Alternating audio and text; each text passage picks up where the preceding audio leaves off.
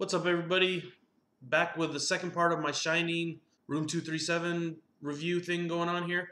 So today we're going to review Room 237, and the best way to describe it is basically the first line off IMDb: a subjective documentary that explores the numerous theories about hidden meanings within Stanley Kubrik's film The Shining. And the main word there is subjective because it's not objective.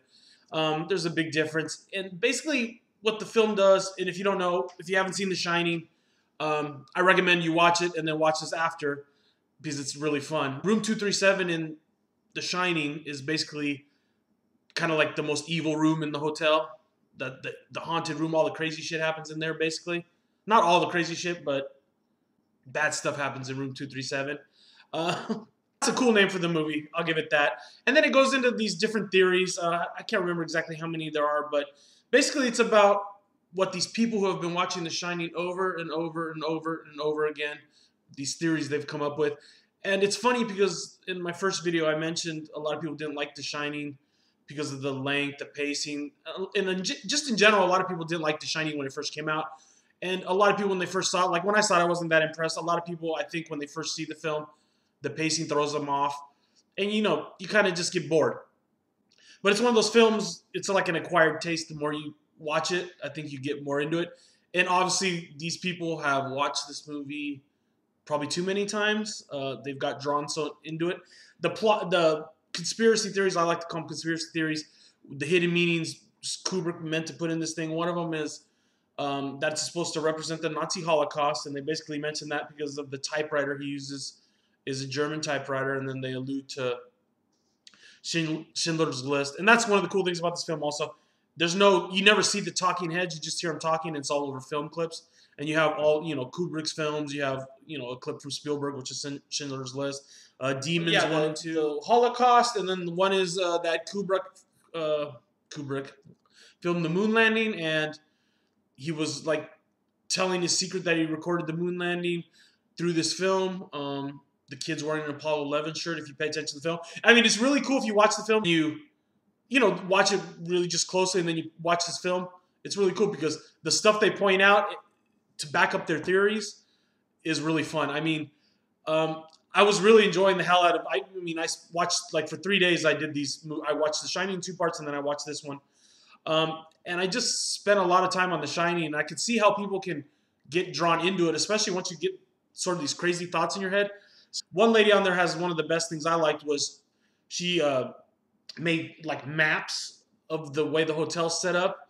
And basically it's illogical, and that makes actual sense because, of course, the floor plan's illogical because they're built on English sound sets. So, basically it's not a natural building. So it's just, like, sets built up to be like a building, basically. I really liked her part. I mean, every part is interesting.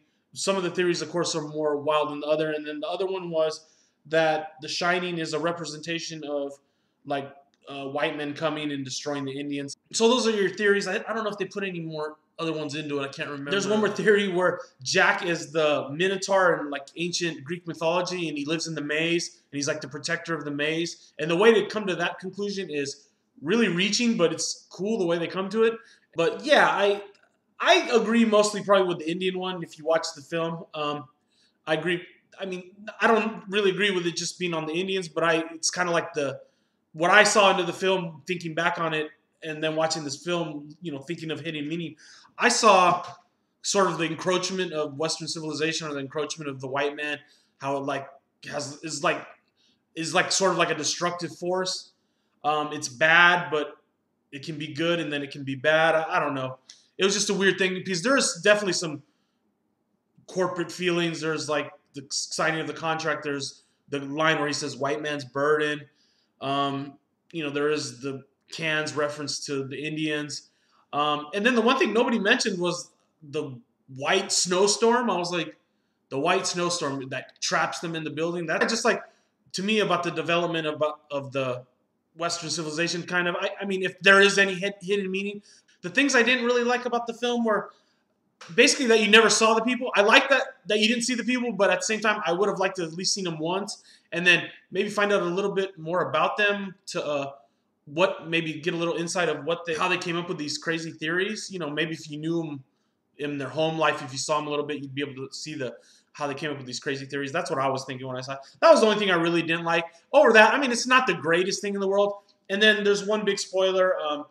I'll put the link below. I put it at the end of the video because I had just read an interview at New York Times website, and it's basically from Oliver Stone, Stanley Kubrik's assistant for like 20 years, and he helped. Basically, he was his assistant while he was working on The Shining, and he basically said, "Oh, that junk is just crap." I mean, people are just going to read into something that they want, and I think it's a true testament to The Shining that it is that big of a work of art, that it really inspired all these crazy people to come up with these crazy theories. If that really isn't a sign of what a real true piece of art is, I don't know what is. Art should inspire thought and inspire, emotion. And if you're making websites, you're writing theses, obviously it inspired something in you. And to me, that's a true sign of an art form. So I even feel better after watching this film about giving Shining 5 out of 5. It might have been made as just a good movie, but it's inspired a lot of thought, obviously, in people, which is, I think, a good sign of art. So from me, Room 237 is going to get a 3.5 out of 5. It's worth watching if you watch The Shining. What I suggest is watch The Shining, watch Room 237, kind of like a double feature. In one night, it's a little long, but enjoy yourself. It's a good watch if you watch both things. It's kind of a trip. All right, guys. I've gone on for 8 minutes. I'm going to let you go. Hopefully I'll edit the video down. See you soon.